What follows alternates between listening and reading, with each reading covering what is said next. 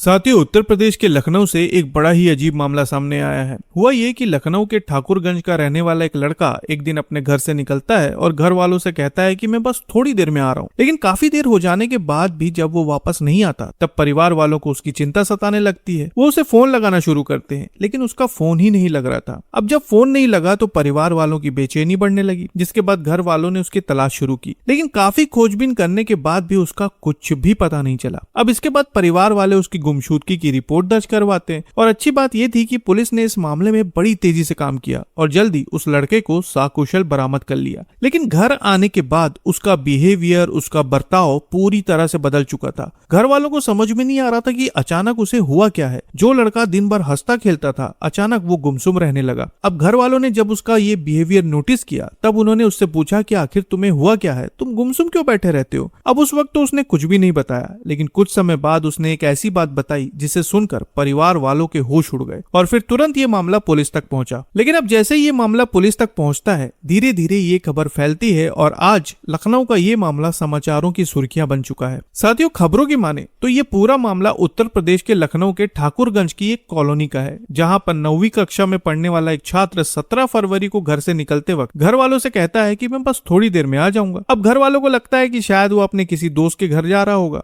लेकिन जब काफी देर हो जाती है तो परिवार वाले परेशान हो जाते हैं और फिर उसकी तलाश शुरू करते हैं। लेकिन तभी घर वालों को ध्यान आता है कि लड़के का एक अच्छा दोस्त है जिसके घर वो अक्सर आया जाया करता था। अब जब घर वाले उसके दोस्त के घर पहुंचते हैं तब उन्हें पता चलता है कि अतिका उनके लड़के को नैनीताल लेकर गई है। असल में अतिका उस लड़के के दोस्त की भाभी थी। घर वाले हैरान रह जाते हैं कि आखिर अतिका बिना बताए उनके लड़के को लेकर नैनीताल क्यों गई है और यहीं पर उन्हें ये पूरा मामला गड़बड़ लगने लगता है। अब इसके बाद परिवार वालों ने एक मिनट भी बर्बाद नहीं किया और वो सीधा ठाकुरगंज थाने पहुंचे। उन्होंने अपने लड़के की गुमशुदगी की रिपोर्ट दर्ज करवाई और ये भी बताया कि हमारे लड़के के दोस्त की भाभी उसे बिना बताए नैनीताल लेकर चली गई है और कई बार उनसे संपर्क करने की कोशिश की गई, लेकिन ना ही उनके लड़के का फोन लग रहा है और ना ही अतिका का। अब जब पुलिस के पास ये मामला आया तब उन्होंने तत्काल इस पर कार्रवाई करनी शुरू कर दी और जल्दी लड़के को नैनीताल से सकुशल बरामद कर लिया गया। अब परिवार वाले खुश थे कि चलो उनका बेटा सही सलामत घर आ गया है।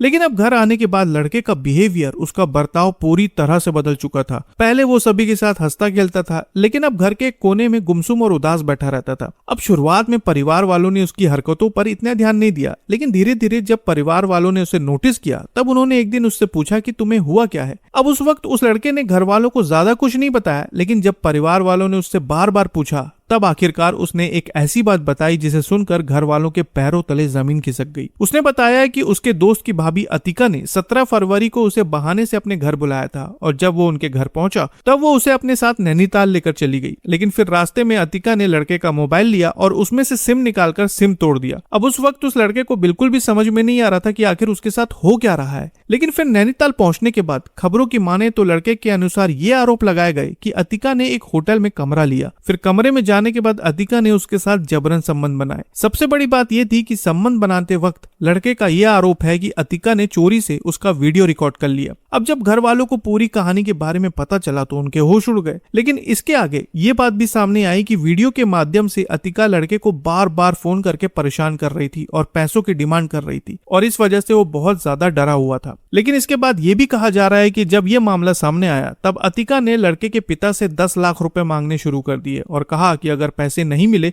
तो वो फोटो और वीडियो वायरल कर देगी। और इतना ही नहीं, परिवार ने यह भी आरोप लगाया कि अतिका उन्हें झूठे केस में फंसाने की लगातार धमकी दे रही थी। अब इन धमकियों की वजह से परिवार वाले परेशान थे, लेकिन फिर बड़ी हिम्मत करके 5 अप्रैल 2026 को उन्होंने ठाकुरगंज थाने में अतिका के खिलाफ मुकदमा दर्ज करवाया। परिवार ने यह आरोप लगाया कि अतिका हनी ट्रैप में लोगों को फंसाने का काम करती है और जब यह मामला पुलिस तक पहुंचा तब पुलिस ने तत्काल कार्रवाई की और तत्काल अतिका को गिरफ्तार कर लिया गया। लेकिन इसके आगे खबरों में यह भी कहा जा रहा है कि अतिका ने लड़के और उसके परिवार के लोगों के खिलाफ दुष्कर्म समेत अन्य धाराओं में मुकदमा दर्ज कराने के लिए ठाकुरगंज थाने में तहरीर भी दी थी। लेकिन खबरों के मुताबिक कहा जा रहा है कि प्रारंभिक जांच में अतिका के द्वारा लगाए गए सभी आरोप फर्जी पाए गए। अब फिलहाल पुलिस इस पूरे मामले में जांच कर रही है और लगातार अतिका से पूछताछ जारी है। देखा जाए तो ये पूरा मामला इन्वेस्टिगेशन फेज पर है और इन्वेस्टिगेशन पूरी होने के बाद ही सारी सच्चाई सामने आएगी। वैसे लखनऊ के इस मामले पर आप क्या कहना चाहेंगे, कमेंट में जरूर बताएं और नई खबरों के लिए चैनल को सब्सक्राइब करना ना भूलें। तो फिर मिलते हैं साथियों एक और नई खबर के साथ, तब तक के लिए आपका बहुत बहुत धन्यवाद।